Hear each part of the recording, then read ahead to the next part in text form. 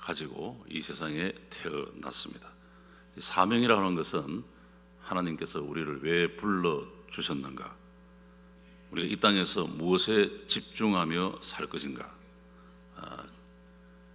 본문은 예수님께서 12제자를 부르는 장면을 마가복음 3장에서 언급해 주셨는데, 예수님께서 제자를 부르실 때에 그 부르심에 대한 명확한 사명을 부여했습니다.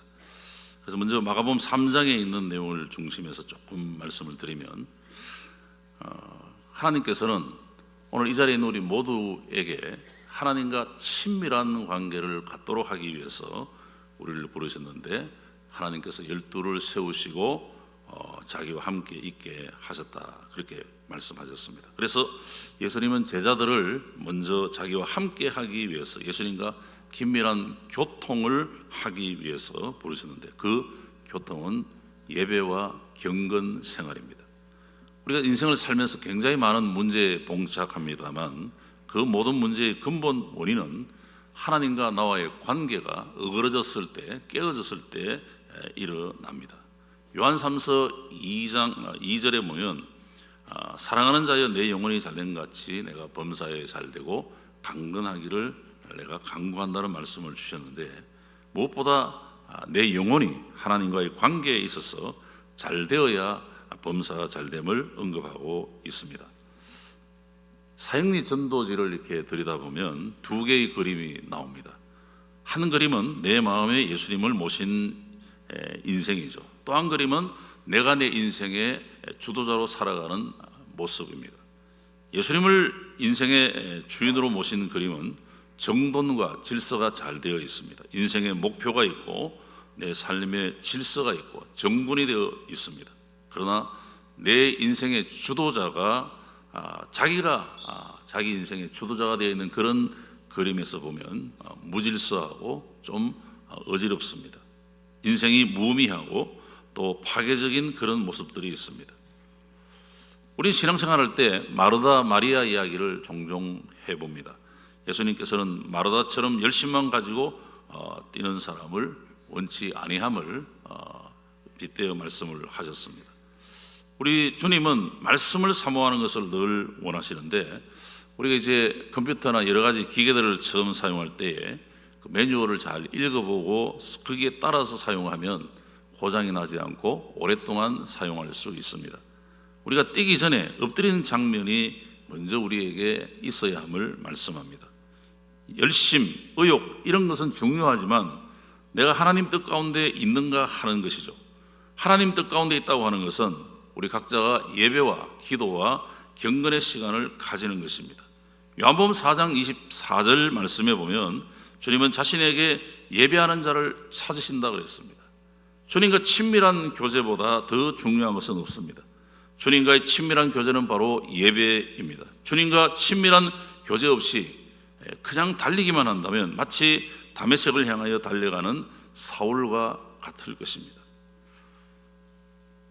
많은 분들이 사명에 대하여 오해를 하고 있습니다.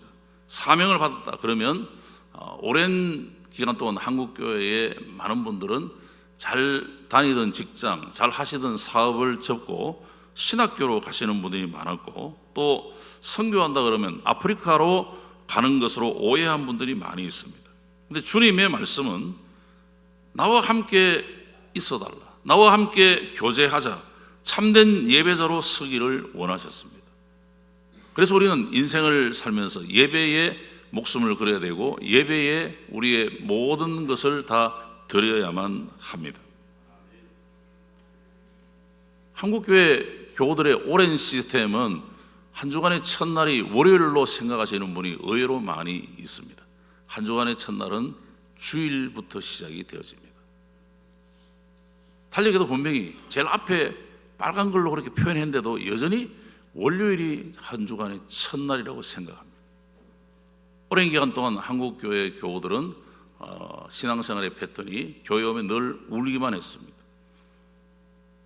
그러다가 조금씩 바뀌어진 면은 있습니다만은, 우리가 주일날 하나님 앞에 예배를 영과 진리로 힘을 다하여 예배를 드릴 때에 주의 성령께서 우리 가운데 역사하시고 주의 말씀으로 은혜를 받고 다시 한번 말씀의 조명을 통하여 우리가 다시 한번 우리가 어떻게 살아야 될 것인가에 대한 삶의 방향성을 분명히 하고 난 다음에 우리가 예배당문을 열고 나가서 한 주간 내내 살아갈 때 예수 그리스도의 군사로 예수 그리스도의 사명자로 살아가면은 그 삶의 행보 속에 간증이 있고 하나님 나와 함께 하심의 역사가 있고 하나님이 내 인생의 걸음을 앞에서 이끌어 가시고 뒤에서 밀어주시고 옆에서 동행하시는 것을 경험하게 되는데, 안타깝게도 자기가 주인이 되어서 사는 경우가 대단히 많습니다. 그러다 보니까 금요일 날쯤 되면은 구역 목장 모임 때에 자기 신세를 한탄하고 타령을 합니다.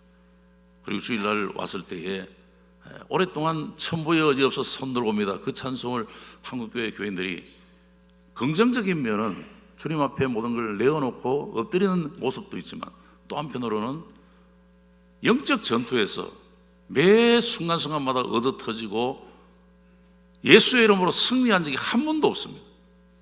그래서 교회 와서 우는 것밖에 없어요. 그렇게 해서는 사명자로 살 수가 없는 것입니다.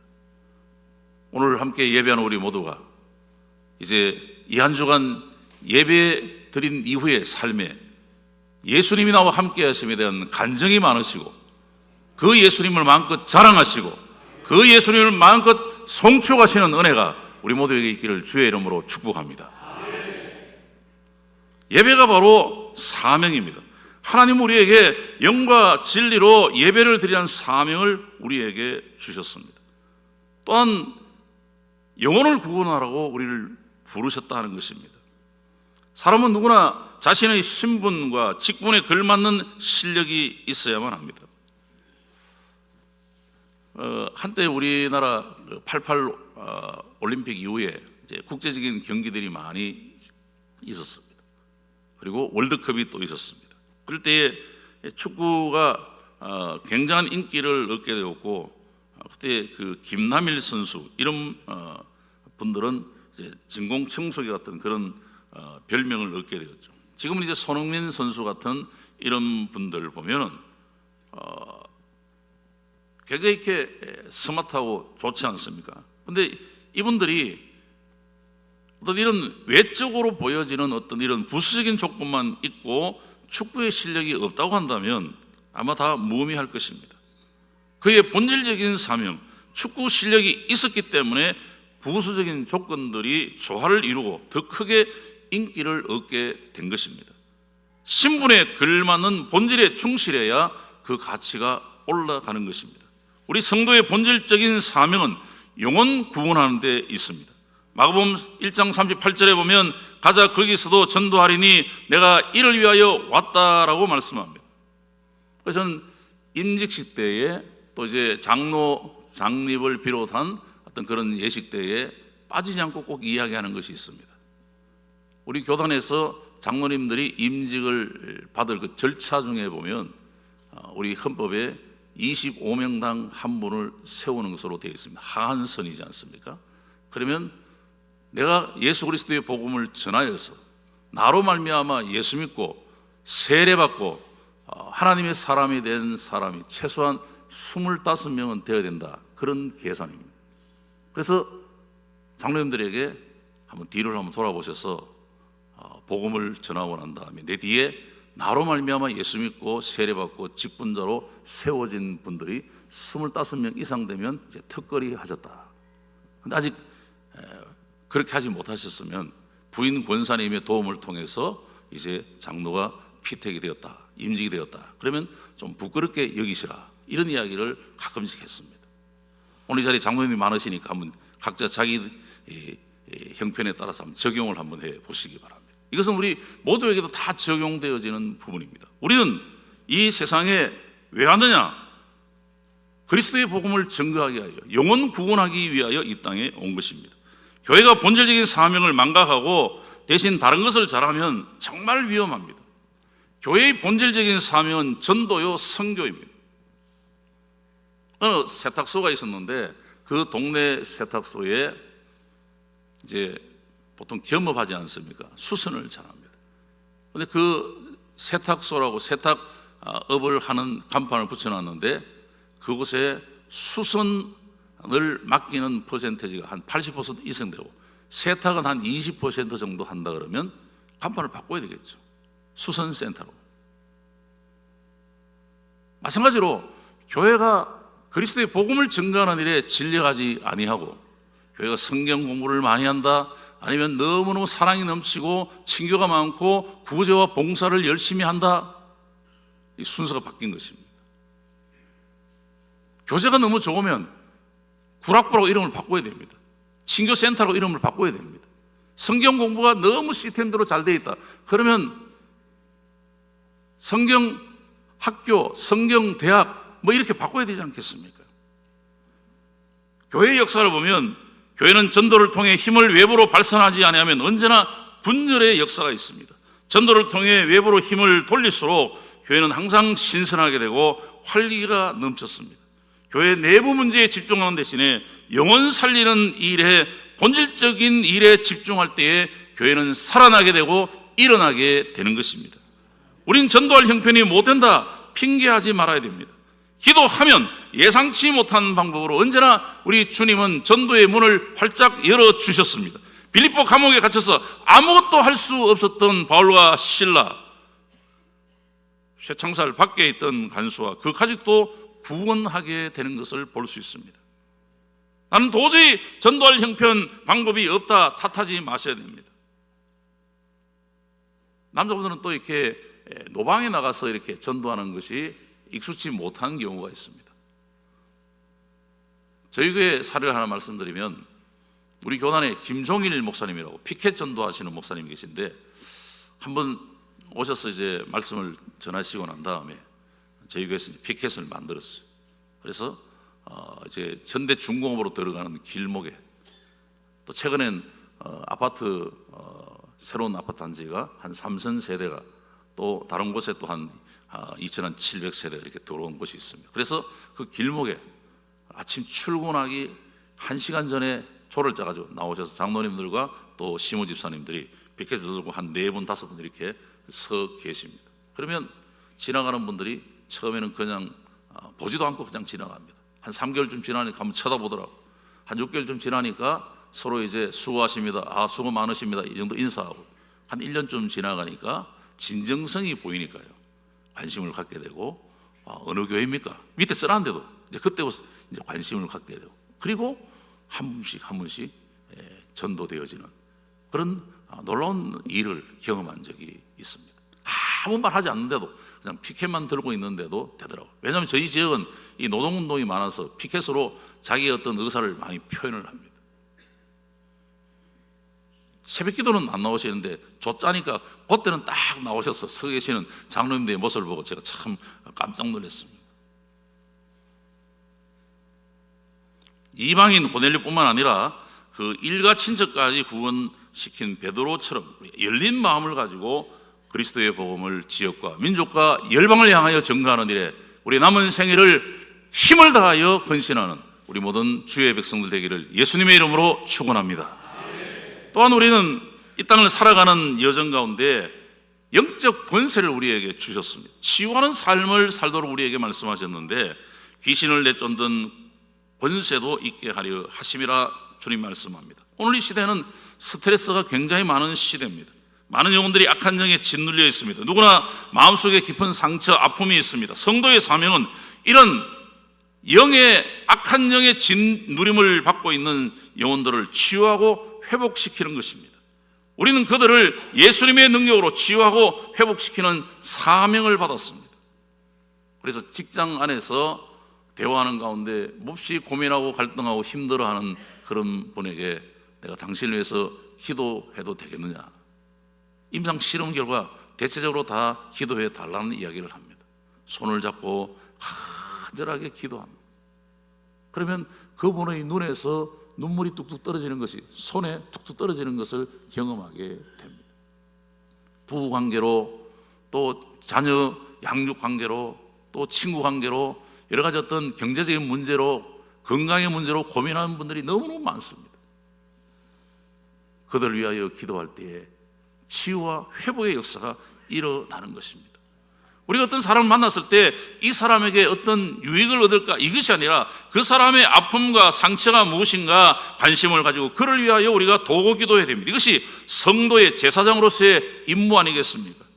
불신자들도 우리가 그들의 아픔과 상처를 상담해주고 치유해주면 너무너무 좋아한다는 거죠. 치유의 역사는 모임과 만남과 전도를 통해서 일어나는 것입니다. 인터넷 시대를 우리가 살고 있지만 우리는 인격적인 접촉을 통해서 성령의 역사가 일어난다는 사실을 꼭 기억해야만 합니다. 그래서 우리는 만나는 사람마다 예수의 이름으로 그들의 아픔을 치유해야만 합니다. 그들에게 영적 해방을 선포해야만 하는 것입니다. 로마서 12장, 고린도서 12장 기록에 보면 하나님께서는 주의 뜻대로 모든 사람에게 은사를 주셨다 그랬습니다. 마태복음 25장에는 모든 사람에게 달란트를 주어 맡기셨다 말씀합니다. 우리에게 은사를 주시고 달란트를 주셨다고 하는 것은 사명을 주셨다는 것입니다. 우리 모두는 사명을 받았습니다. 사명을 받지 아니한 사람은 아무도 없어요. 가정에서 남편으로 아내로 사명을, 또 부모나 자녀로서의 사명을, 직장에서는 여러 맡은 분야에서 사명을, 교회 안에서는 각양의 사명을 우리가 다 부여받지 않습니까? 마태복음 25장 30절에 이 무익한 종을 바깥 어두운 데로 내어 쫓으라. 거기서 슬피 울며 이를 갈미 있으리라. 이것은 우리에게 주신 달란트, 직분, 사명을 감당하지 못한 종들에게 하시는 말씀이죠. 우리는 사명을 받은 자로서 책망을 받지 말고 칭찬받는 자가 되시기를 바랍니다. 자, 그러면 어떻게 해야 맡은 자의 사명을 잘 감당하고 칭찬받을 수 있느냐? 먼저 맡은 자는 하나님의 부르심과 하나님이 함께 하심을 분명히 믿는 자이어야 합니다. 출애굽기 3장에 보면 하나님께서 모세를 부르셨는데 애굽에서 신음하는 이스라엘 백성을 구원하기 위하여 바로에게 가서 이스라엘 자손을 애굽으로 인도하여 내라는 것이죠. 하나님의 부르심 앞에 모세는 이렇게 답합니다. 내가 누구간데 가겠습니까? 나는 말 잘 못합니다. 입이 뻣뻣합니다. 어눌합니다. 이렇게 대답하니까 하나님께서 하시는 말씀이 내가 너와 함께 하겠다. 너의 입과 함께해서 할 말을 가르치겠다. 하나님이 나를 부르셨다는 사실, 그리고 그 하나님이 나와 함께 하신다는 사실은 우리로 하여금 새 힘을 얻게 하는 것입니다. 저는 말이 굉장히 좀 어눌하고 또 이렇게 원고가 없으면 잘 표현을 잘 못합니다. 중간에 말이 막 고여지고. 제가 이제 목회만 하고 대외적인 일을 하는 일에 많이 꺼렸습니다. 노예에 나갔어도 언제나 좀 뒷자리에 앉아있고, 또 어느 날 하나님이 자꾸 저를 이렇게 앞으로 가게 하고 나가서 또 어눌하지만 발언을 하게 하고 또 대외적인 일도 하나씩 맡게 하고 등 떨미 밀려서 계속 하게 됐습니다. 지역에 이런저런 포지션들을 또 섬기게 됐습니다. 그렇게 하다가 여기까지 왔어요. 근데 제가 빠지지 않고 계속 기도한 게 뭐냐면, 하나님, 저는 어눌합니다. 부족합니다. 배운 것도 많지 않고 또 교회적 배경도 충분히 뒷받칠 만한 배경이 아닙니다. 근데 하나님이 왜 자꾸 저를 이렇게 시키십니까? 자꾸 봐도 하나님 아무 말씀 안 해요. 그래서 제가 이렇게 하겠습니다. 하나님, 그럼 저를 맡기시면은 저에게 돕는 손길을 붙여주시고, 직분을 맡으면 감당할 만한 힘을 주시되 판단력과 분별력과 리더십과 뭐 이런 부분들을 하나님이 주시고, 또 제 몸은 지금 종합병원입니다. 아픈 데가 너무 많아요. 이 오른쪽, 왼쪽, 이 녹내장, 백내장에 또 이렇게 뭐 안에 또 뭐 핏줄에 뭐 문제가 있는지 10월 달에 양쪽 눈을 수술하려고 하는데, 몸이 연약한데 하나님이 맡기시더라고요. 그래서 그러면 하나님 감당할 수 있도록 또 건강도 주십시오. 일할 때는 하나님께서 안 아프게 해주시고 건강하게 해주셔요. 재정 없습니다. 돈 없습니다. 정확하게 필요한 때에 누구의 손을 통해서든지 딱 그만큼만 주시더라고요. 아슬아슬하게 주셔요. 여기까지 왔습니다. 제가 왜 이 말씀을 드리냐면, 하나님이 우리를 부르시면은 하나님이 책임져 주신다는 사실입니다. 하나님이 나와 함께 하시고 하나님께서 그 일을 감당할 수 있도록 언제나 공급해 주시는데, 날마다 옛날 은혜를 주시는 것이 아니라 새로운 은혜, 새 힘을 공급해 주시는 것입니다. 여러 가지 환난과 시험이 와도 능히 이겨나갈 수 있는 담대함을 허락해 주시는 것입니다.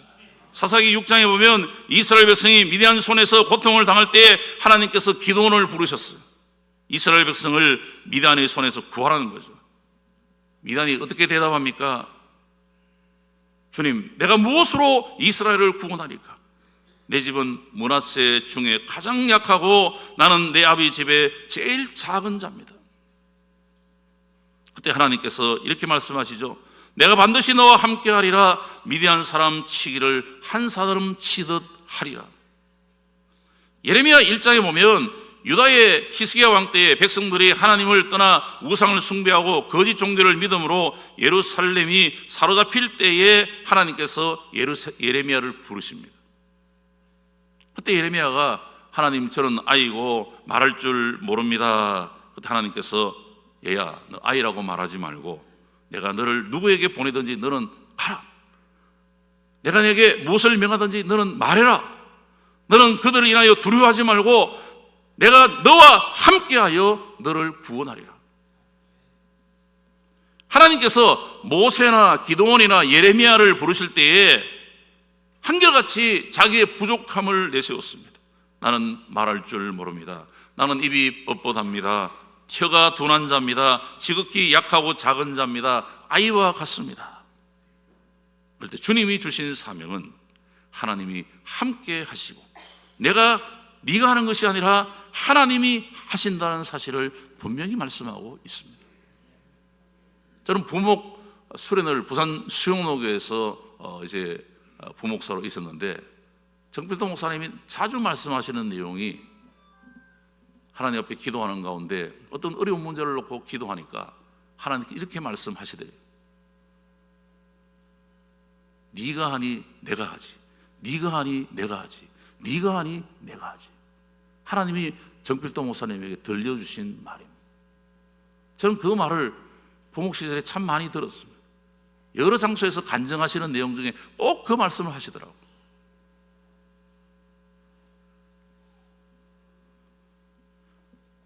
주님께서 주신 사명은 하나님이 함께 하시는 것이고 내가 하는 것이 아니라 하나님이 하신다는 사실을 우리 모두 명확하게 인지하시기를 바랍니다.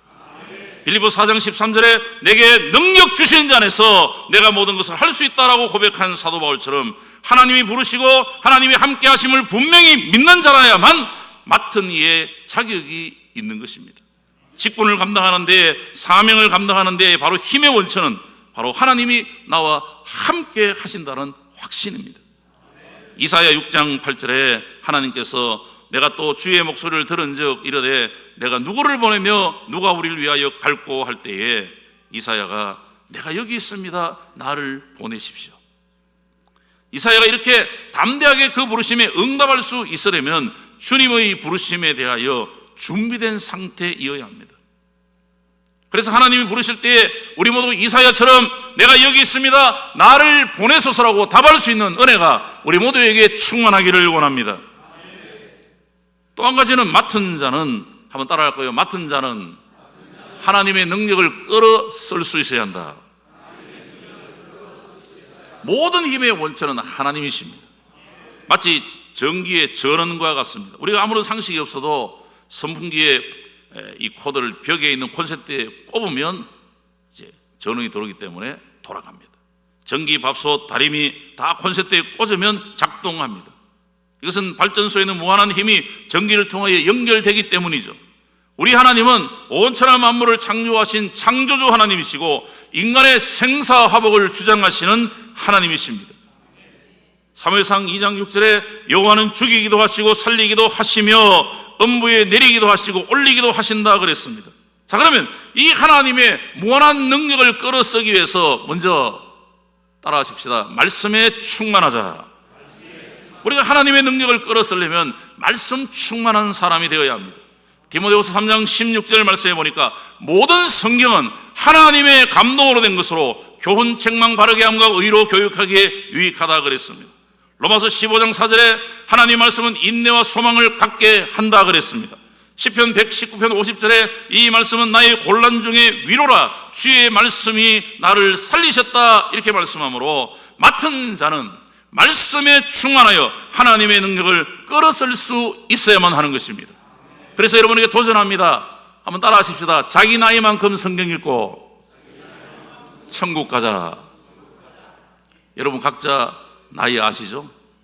창세기부터 요한계시록까지 정독해서 자기 나이만큼 읽고 천국 가자. 제가 목회하면서 늘 이야기합니다. 지금 빨리 계산해 보십시오. 자기 나이만큼 읽으신 분도 계실 것이고 좀 모자란 분도 계실 것입니다. 오늘 밤에 제가 도전하니까 꼭 말씀을 꼭 씹어서 창세기부터 요한계시록까지 자기 나이만큼 읽으려고 계속 도전하십시오. 좀 적으시면 1년에 2도 하려고 애를 써보시고요. 또 아니면 요즘 속독하는 그런 탭도 있지 않습니까? 좀 도움 받으셔가지고 어쩌든지 좀 말씀을 자꾸 읽으시고 읽다 보면요, 말씀이 나를 이끌어가기 시작합니다. 자, 우리가 어떤 사명자가 되어야 되느냐? 또 한 가지는 기도의 사람이 되어야 하는데, 하나님의 무한한 능력을 끌어쓰려고 하면은 바로 능력 있는 기도의 사람이 되어야 돼요. 성경에 수없이 많은 믿음의 선지들은 바로 다 기도의 사람이었습니다. 오늘 제가 저희 교회에서 낮 시간에 야곱에 대한 내용을 조금 상고했는데, 야곱은 응답을 받을 때까지 놓지 않았습니다. 천사와 싸워 이겼어.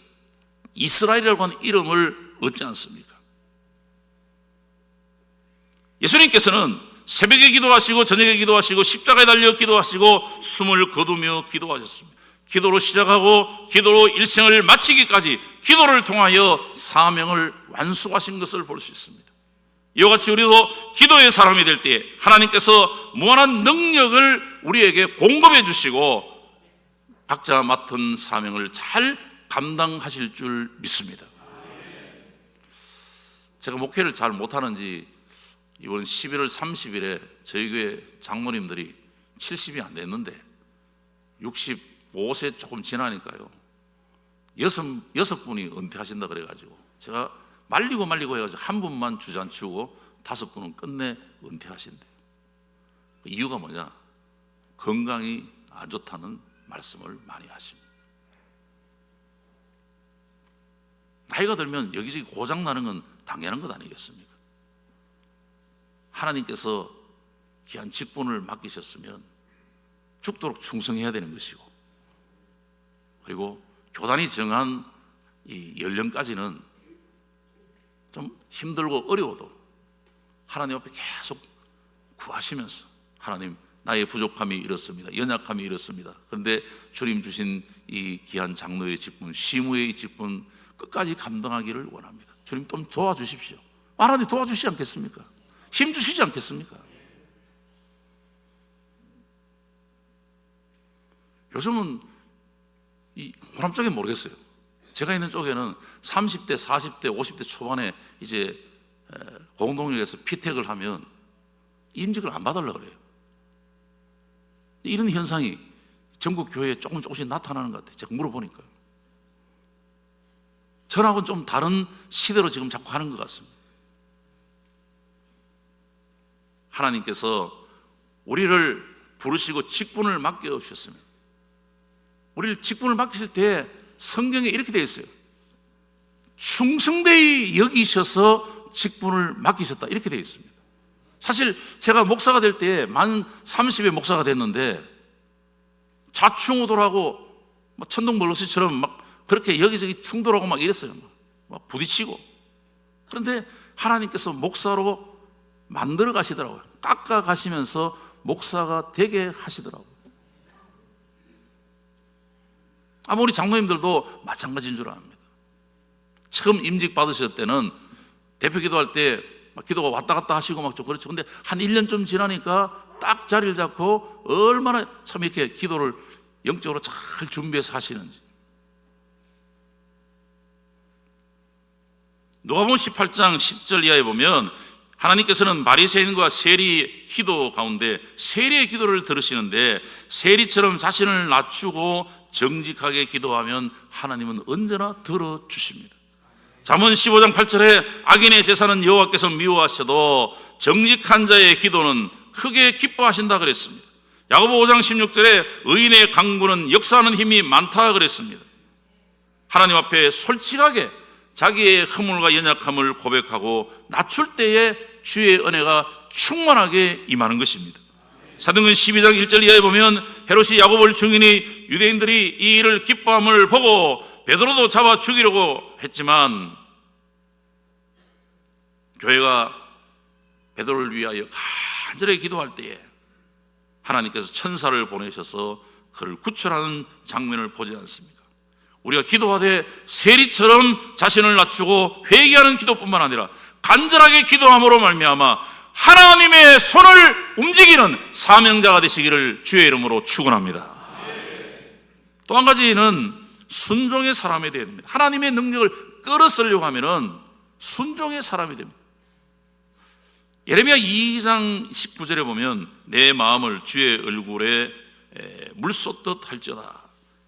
요한복음 14장에 보면 계명을 지키는 자를 하나님께서 사랑하신다는 말씀을 볼 때에 인생이 순종의 삶을 살 때에 하나님의 능력을 끌어쓸 수 있음을 알 수가 있습니다.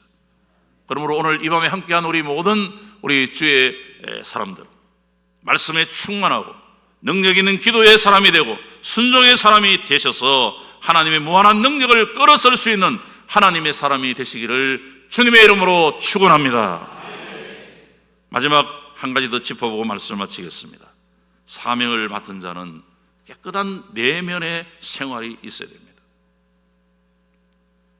오늘 우리 직분자들에게 사명자에게 요구되어지는 것이 순결과 겸손과 믿음입니다.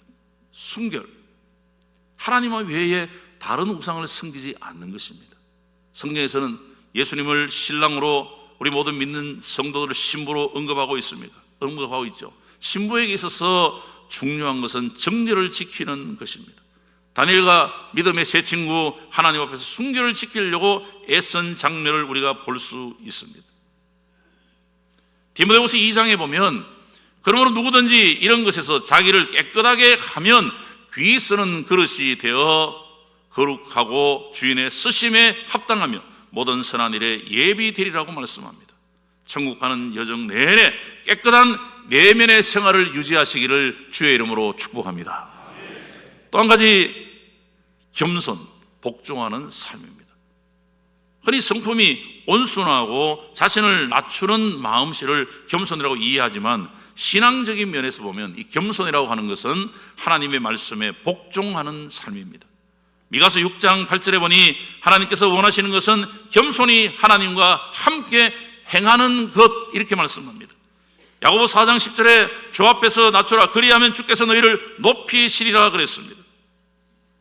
이사야 57장에 보니 통회하고 마음이 겸손한 자의 영을 소성케 하신다 그랬습니다. 하나님 말씀에 순복하여 겸손한 사람으로 주께 쓰임받기에 합당한 믿음의 삶을 살아가시기를 다시 한번 주의 이름으로 축원합니다. 그다음 마지막, 믿음, 신뢰하는 삶입니다. 히브리서 11장에 보니 믿음이 없이는 기쁘시게 하지 못하나니 하나님께 나아간 자는 반드시 그가 계신 것과 또한 그가 자기를 찾는 자들에게 상 주시는 자이심을 믿으라 그랬죠. 믿음이 없다면 하나님을 기쁘시게 할 수 없습니다.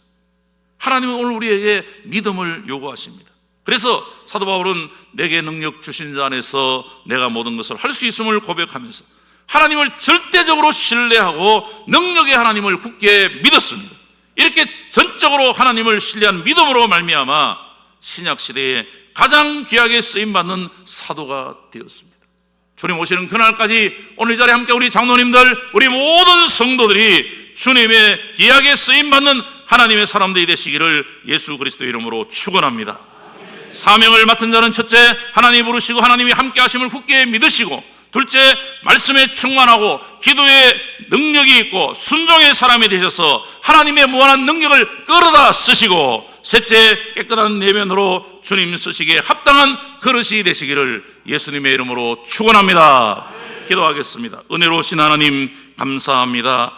귀하신 장로님들이 전국 장로의 아름다운 조직을 통하여 주께서 우리에게 맡기신 귀한 사명을 쫓아 각 지교회를 충성스럽게 섬기고 또 연약한 교회를 돕기 위하여 힘을 다한 귀한 한 회기였습니다. 이제 귀한 사명을 따라서 주의 영광을 위하여 진력해 왔사오니 한 회기가 마치고 또 새로운 회기가 시작되겠지만 사명을 맡은 자로서 주의 귀한 일을 아름답게 감당하는 주의 종들 다 되게 하여 주시옵소서. 무엇보다도 하나님의 무한한 능력을 끌어쓰는 우리 장로님들, 우리 모든 성도들 되게 하여 주시옵소서. 예수님 이름으로 기도하옵나이다. 아멘.